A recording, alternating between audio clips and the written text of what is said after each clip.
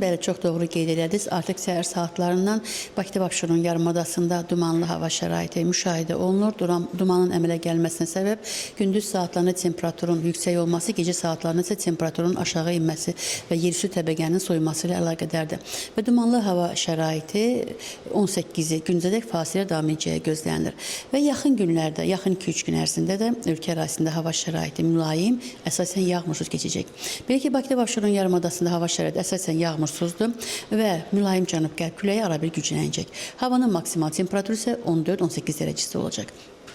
Bölgələrdə də əsasən yağmursuz hava şəraiti proqnozlaşdırılır. Lakin 18-də gecəyə doğru bəzi dağlıq ərazilərdə qısa müddətli yağıntılı olacağı ehtimal olunur.